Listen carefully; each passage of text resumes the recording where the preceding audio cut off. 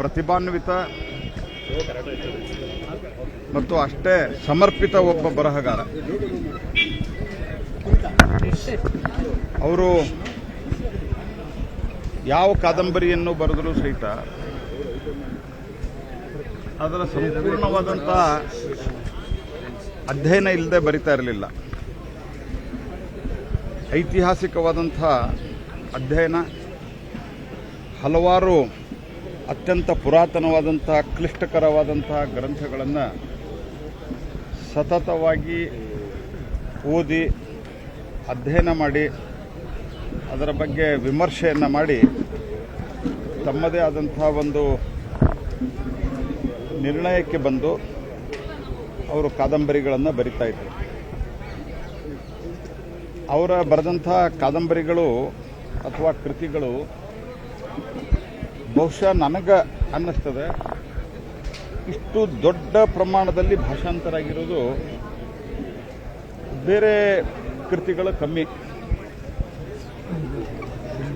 China ಮತ್ತು Russia ಭಾಷೆಯಲ್ಲಿ ಕೂಡ, ಚೈನೀಸ್ ಮತ್ತು ರಷ್ಯನ್ ಭಾಷೆಯಲ್ಲಿ ಕೂಡ ಸೇರಿದಂತೆ ತೆಲುಗು, ಮರಾಠಿ, ಉರ್ದು ಈ ರೀತಿ ಅನೇಕ ಭಾಷೆಗಳಲ್ಲಿ ಇದು ಭಾಷಾಂತರಗೊಂಡಿದೆ. ಇಷ್ಟು ಪ್ರಮಾಣದಲ್ಲಿ ಭಾಷಾಂತರಗೊಂಡಿರುವುದು ಮತ್ತು ಇಷ್ಟು ದೊಡ್ಡ ಪ್ರಮಾಣದಲ್ಲಿ ಅದನ್ನು ಜನ ಓದಿರುವುದು ಕಮ್ಮಿ. ಮತ್ತು ಇಷ್ಟು ದೊಡ್ಡ ಪ್ರಮಾಣದಲ್ಲಿ ಮರುಮುದ್ರಣ ಆದಂಥದ್ದು ಕಮ್ಮಿ. ಕೆಲವು ಅವರ ಕೃತಿಗಳಂತೂ 23ಕ್ಕಿಂತ ಹೆಚ್ಚು ಬಾರಿ ಮರುಮುದ್ರಣಗಳು ಮಾಡಿದೆ ಮತ್ತು ಪ್ರತಿ ಮರುಮುದ್ರಣಗೊಂಡಾಗ ಅಷ್ಟೇ ಪ್ರಮಾಣದಲ್ಲಿ ಜನ ಅದನ್ನು ಆಸಕ್ತಿಯಿಂದ ಖರೀದಿ ಮಾಡಿದ್ದಾರೆ, ಓದಿದ್ದಾರೆ. ಹಾಗಾಗಿ ಭಾಳ ದೊಡ್ಡ ಪ್ರಮಾಣದಲ್ಲಿ ಅಭಿಮಾನಿಗಳನ್ನು ಗಳಿಸಿಕೊಂಡಿದ್ದರು. ನಿನ್ನೆ ಮಹಾರಾಷ್ಟ್ರದಲ್ಲಿ ಸಹಿತ ನಿನ್ನೆ ಮೊನ್ನೆ ಅವರ ನಿಧನದ ವಾರ್ತೆಯನ್ನು ಕೇಳಿದ ನಂತರ ಅನೇಕ ಪತ್ರಿಕೆಗಳು ದೊಡ್ಡ ಪ್ರಮಾಣದಲ್ಲಿ ಲೇಖನವನ್ನು ಬರೆದು ಅವರ ವ್ಯಕ್ತಿತ್ವವನ್ನು ಇವತ್ತಿನ ಪೀಳಿಗೆಗೆ ಪರಿಚಯ ಮಾಡುವಂಥ ಕೆಲಸ ಮಾಡೋದ್ರಿಂದ ಒಬ್ಬ ಕನ್ನಡದ ಬರಹಗಾರರಾಗಿ ಮರಾಠಿ ಕನ್ನಡ ಅಂತ ಅನೇಕ ಕಡೆ ಜಗಳಗಳು ನಡೀತಿರುವಂಥ ಸಂದರ್ಭದಲ್ಲಿ ಯಾವ ಒಂದು ಅವರಿಗೆ ಗೌರವ, ಅವರ ಬಗ್ಗೆ ಅಭಿಮಾನ ಮತ್ತು ಪ್ರೀತಿ ಮಹಾರಾಷ್ಟ್ರದಲ್ಲಿ ಇತ್ತು, ಬೇರೆ ರಾಜ್ಯಗಳಲ್ಲಿ ಇತ್ತು ಅನ್ನೋದು ನಮಗೆ ಗೊತ್ತಾಗ್ತದೆ. ಪದ್ಮಶ್ರೀ ಭಾಜನರಾಗಿದ್ದರು, ಪದ್ಮಭೂಷಣಕ್ಕೂ ಭಾಜನರಾಗಿದ್ದರು. ಮತ್ತು ನಾನು ಉಳಿದವರು ಯಾರ ಬಗ್ಗೆ ಕೆಟ್ಟದಾಗಿ ಮಾತಾಡ್ತಾ ಇಲ್ಲ, ಆದರೆ ಯಾವ ಪ್ರಶಸ್ತಿ ಸಹಿತ ಅವರು ಒಂದು ಸರ್ತಿ ಅವರಾಯಿತು ಮತ್ತು ಅವರ ಪರವಾಗಿ ಯಾರಾದರೂ ಕೇಳಿದ್ರೂ ಸಹಿತ ಅವರಿಗೆ ತಿಳುವಳಿಕೆ ಕೇಳ್ತಾ ಇದ್ದರು, ಪ್ರಶಸ್ತಿ ಕೇಳಬಾರ್ದಂತ.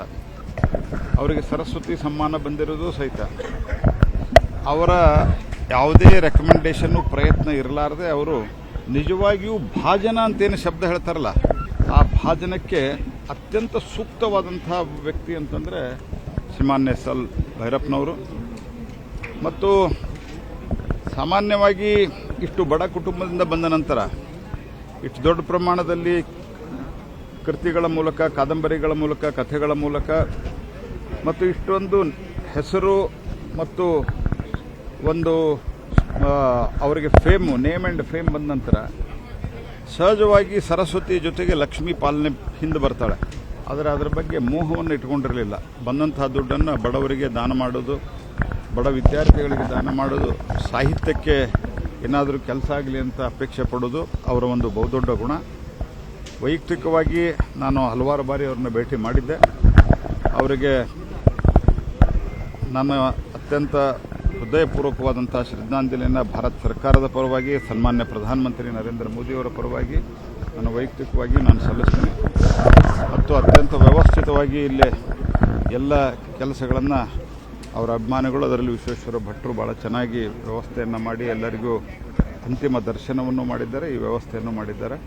ಕರ್ನಾಟಕ ಸರ್ಕಾರವೂ ಸಹಿತ ಒಂದು ಒಳ್ಳೆಯ ವ್ಯವಸ್ಥೆಯನ್ನು ಮಾಡಿದೆ. ನಾನು ಎಲ್ಲರಿಗೂ ಧನ್ಯವಾದಗಳು. Thank you sir.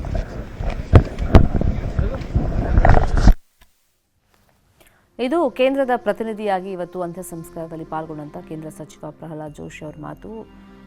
ಭೈರಪ್ಪನವರ ವ್ಯಕ್ತಿತ್ವ, ಅವರ ನೇರ ನುಡಿ ಮತ್ತು ಅವರ ಕಾದಂಬರಿ ಬಗ್ಗೆ, ಅವರ ಸಾಹಿತ್ಯದ ಬಗ್ಗೆ, ಅವರ ನಿರೂಪಣಾ ಶೈಲಿ ಬಗ್ಗೆ ಅವರು ಮಾತಾಡ್ತಾ ವಿಭಿನ್ನ ಸಾಹಿತಿ ಆಗಿದ್ದರಿಂದ ಇಷ್ಟೊಂದು ಅಭಿಮಾನಿ ವರ್ಗವನ್ನು ಅವರು ಪಡೆಯೋದಕ್ಕೆ ಸಾಧ್ಯವಾಯಿತು ಅಂತ ಹೇಳ್ತಾ ಇದ್ರು. ಜೊತೆಗೆ ನರೇಂದ್ರ ಮೋದಿಯವರ ವಿಷಯವನ್ನು, ಅವರ ಮಾತುಗಳನ್ನು, ಅವರ ಅಭಿಪ್ರಾಯವನ್ನು ಕೂಡ ತಮ್ಮ ಮಾತಿನಲ್ಲಿ ಪ್ರಹ್ಲಾದ್ ಜೋಶಿ ಅವರು ವ್ಯಕ್ತಪಡಿಸಿದ್ರು. ಪಂಚಭೂತಗಳಲ್ಲಿ ಎಸ್ ಎಲ್ ಭೈರಪ್ಪನವರು ವಿಲೀನರಾಗಿದ್ದಾರೆ. ಬಡತನದಲ್ಲೇ ಬೆಂದು ಬಂದಂಥ ಪ್ರತಿಭೆ ಅಂತಂದರೆ, ಸಾಹಿತ್ಯ ಅಂತಂದರೆ ಅದು ಎಸ್ ಎಲ್ ಭೈರಪ್ಪನವರು.